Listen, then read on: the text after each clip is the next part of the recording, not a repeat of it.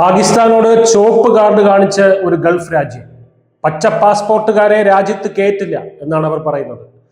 അത്രയ്ക്കും ആഴത്തിലുള്ള അവിശ്വാസവും പാകിസ്ഥാനോട് ഈ അറബ് രാജ്യത്തിന് ഉണ്ടായിരിക്കുകയാണ്. പച്ച പാസ്പോർട്ടിൽ യാത്ര ചെയ്യുന്ന സാധാരണ പാകിസ്ഥാനി പൗരന്മാർക്ക് UAE വിസ നൽകുന്നത് നിർത്തിയെന്ന് പാകിസ്ഥാൻ ഇപ്പോൾ പരാതി ഉന്നയിച്ചിരിക്കുകയാണ്. പാകിസ്ഥാൻ സെനറ്റ് മനുഷ്യാവകാശ സമിതി അധ്യക്ഷൻ സമീന മുംതാസ് സെഹറി പറയുന്നതനുസരിച്ച് കഴിഞ്ഞ മാസങ്ങളിൽ വളരെ കുറച്ച് വിസകൾ മാത്രമേ UAE നൽകിയിട്ടുള്ളൂ പാകിസ്ഥാൻ. ഈ നിയന്ത്രണത്തിന് UAE ഉദ്യോഗസ്ഥർ നൽകുന്ന കാരണം അതീവ ഗൗരവതരമാണ്. രാജ്യത്തെ ക്രിമിനൽ പ്രവർത്തനങ്ങളിൽ ഏർപ്പെടുന്നതിൽ ഏറിയ പങ്കും പാകിസ്ഥാനിലെ ഈ പച്ച പാസ്പോർട്ട് ഉടമകളാണ്.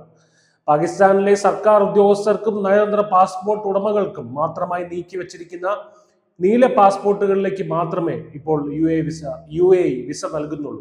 അവരെ മാത്രമേ ഇപ്പോൾ പാകിസ്ഥാനിൽ നിന്ന് UAE പ്രവേശിപ്പിക്കുന്നുള്ളൂ.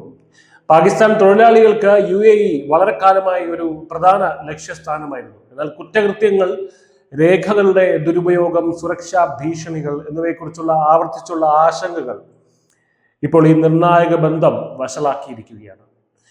ഇന്ത്യ ഉയർന്ന അപകട സാധ്യതയുള്ളതായി കാണുന്ന രാജ്യങ്ങളിൽ മേൽ ഗൾഫ് രാജ്യങ്ങൾ എങ്ങനെയാണ് പരിശോധന കർശനമാക്കുന്നത് എന്നതിന്റെ സൂചനയാണ്.